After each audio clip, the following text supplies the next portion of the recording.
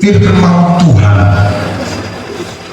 yang akan saya sampaikan pada hari ini masih firman Tuhan berseri dari kebenaran firman Tuhan 2 minggu yang lalu, 1 minggu yang lalu ke hari ini, minggu seri yang ketiga, dengan judul khotbah kebenaran Tuhan versus kebenaran diri sendiri.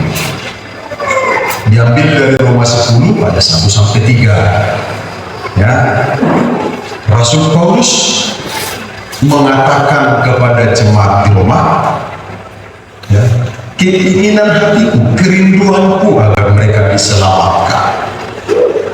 Siapa itu mereka? Yaitu umat Tuhan yang ada di Roma.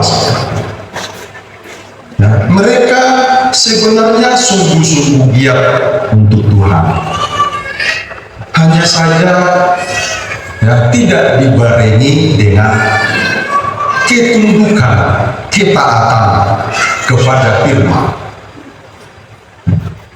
Mereka dalam hal giat untuk Allah, tapi dari dorongan daging atau dorongan akal pikiran mereka semata, atau itulah yang disebut dengan kebenaran diri sendiri. Ternyata kata firman Tuhan oleh Rasul Paulus kepada jemaat di Roma itu tidak bagus. Kalaupun kita mau sungguh-sungguh giat untuk Tuhan, nah, itu sudah bagus, tapi alangkah baiknya disempurnakan dengan tuntunan firman Tuhan. Ya, tuntunan firman Tuhan, diterangi firman Tuhan berdasarkan kebenaran firman Tuhan, tunduk taat kepada firman Tuhan, sehingga kemungkinan nilai dari sungguh-sungguh giat yang kita lakukan itu kepada Tuhan berharga di mata Tuhan, tepat sasaran, sesuai dengan standar ukuran yang dikehendaki Tuhan. Lalu kemudian dalam kesempatan minggu yang lalu, saya ajak jemaat Tuhan untuk melihat contoh di dalam Alkitab kehidupan ya, orang-orang yang melakukan kebenaran Tuhan dan yang melakukan kebenaran diri sendiri dalam hal memberi persembahan. Ya. Jadi saya bawa amanah ke sebuah contoh. Contohnya dari dalam Alkitab. Dari dalam Alkitab ini pun banyak sebenarnya contoh-contoh ya, yang melakukan kebenaran Tuhan versus kebenaran diri sendiri. Tapi saya bawakan sebuah contoh kehidupan di dalam Alkitab mengenai Kain dan Habel. 2 orang anaknya Adam. Ya. 2 orang anaknya Adam mempraktekkan bagaimana mereka memberi persembahan masing-masing kepada Tuhan sesuai dengan ya, sesuai dengan profesi mereka, pekerjaan mereka. Kain pekerjaannya adalah petani. Nah, Habel pekerjaannya adalah peternak. Sehingga jenis persembahan yang mereka persembahkan ya tentu berbeda. Ya. Kain mempersembahkan persembahannya berupa hasil pertanian, sedangkan Habel memberi persembahannya berupa ya, hasil dari peternakan. Meskipun jenis persembahan masing-masing mereka berbeda, namun saudaraku, di mata Tuhan tidak menjadi persoalan. Yang terpenting bagi Tuhan, ya, apakah mereka berdua dalam hal memberi persembahan menurut kehendak Tuhan, kebenaran Tuhan, kan? Atau menurut kebenaran diri sendiri. Ternyata kita temukan, ya, setelah kita membaca kitab Kejadian pasal berapa itu kemarin, pasal 4 itu, saudaraku, ya, di Kejadian pasal 4 itu, persembahan Kain tidak diterima. Persembahan Habil diterima Tuhan, tapi bukan persoalan jenis persembahan yang dipersembahkan. Sekali lagi, bukan persoalan bagi Tuhan mau jenis apa yang mau dipersembahkan.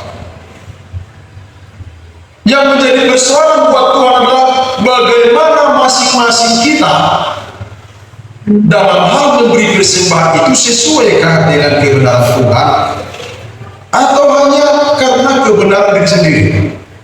Ini kalau saya kupas, saya ajari Damang Lena tentu dengan harapan agar Damang Lena dalam hal memberi persembahan juga punya pemikiran dan dasar bertindak sesuai dengan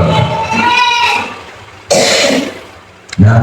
Nah, saudara yang dikasih Tuhan, persembahan Habil diterima Tuhan menjadi persembahan yang berbau harum di hadapan Tuhan, sehingga panaslah hati Kain. Kepanasan hatinya, rasa jengkelnya karena persembahannya tak diterima, saudaraku, tidak terbendung dan terkendali lagi,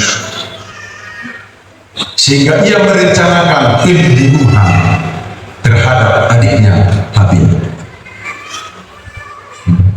dan terlaksana panggilan tindakan itu. Dia bunuh adiknya sendiri hanya karena tadi dia mempersembahkan persembahan kepada Tuhan dengan caranya sendiri, kemauannya sendiri, hasilnya ya nol. Udah begitu, saudaraku, bukannya malah bertobat, salah aku Tuhan, aku akan melakukan sesuai dengan cara Tuhan supaya hari berikutnya persembahan engkau terima. Harusnya begitu. Ternyata tidak begitu. Hatinya diizinkannya dikuasai oleh, ya, iblis. Harusnya dia bisa mengendalikan hatinya. Orang yang dikasih Tuhan, hal-hal yang seperti ini perlu untuk disampaikan kepada jemaat Tuhan. Namun dalam konteks saat ini, karena kita ibadah perjamuan kudus, tapi khotbah bersedih di minggu yang lalu, Tuhan beri hikmat kepada saya, saudara. Ajar jemaat Tuhan untuk mengerti pengorbanan Bapa di surga, persembahan Bapa di surga, yang dikorbankan Bapa di surga, yaitu putranya yang tunggal, yang disebut namanya Yesus Kristus. Amin. Dia persembahkan itu untuk saya dan saudara. Dia korbankan anaknya yang tunggal itu untuk saya dan saudara. Jadi dengan pengertian umum Amang Inaksa bahwa Amang Inaksa ini untuk mengerti hakikat dari pengorbanan Yesus Kristus dalam hidup kita. Secara umum Amang Inaksa, kekristenan adalah bisa disamakan dengan hidup oleh karena pengorbanan Yesus. Jadi sesungguhnya Amang Inaksa, kita berada saat ini dan kita hidup saat ini, kita sehat saat ini, kita ada sebagaimana kita ada saat ini, hidup oleh karena pengorbanan Yesus. Oleh karena itu, saudaraku, kalau ini kita sadari, berarti saudaraku, kalau kita diajak diingatkan oleh hamba Tuhan untuk kita berbuat yang terbaik buat Tuhan, memberi persembahan-persembahan yang terbaik buat Tuhan sebagai balas, sebagai wujud dari kasih kita kepada Tuhan. Sesungguhnya saudaraku, hamba Tuhan yang mengajak jemaatnya, mengajari jemaatnya untuk mengerti hal itu adalah hamba Tuhan yang telah sesuai dengan kehendak Tuhan. Dan tidak hanya urusan persembahan, dia saudara mempersembahkan yang terbaik dalam pengertian berupa benda, uang, finansial dan sebagainya. Mempersembahkan tubuh saudara sebagai persembahan yang hidup, yang kudus di hadapan Tuhan.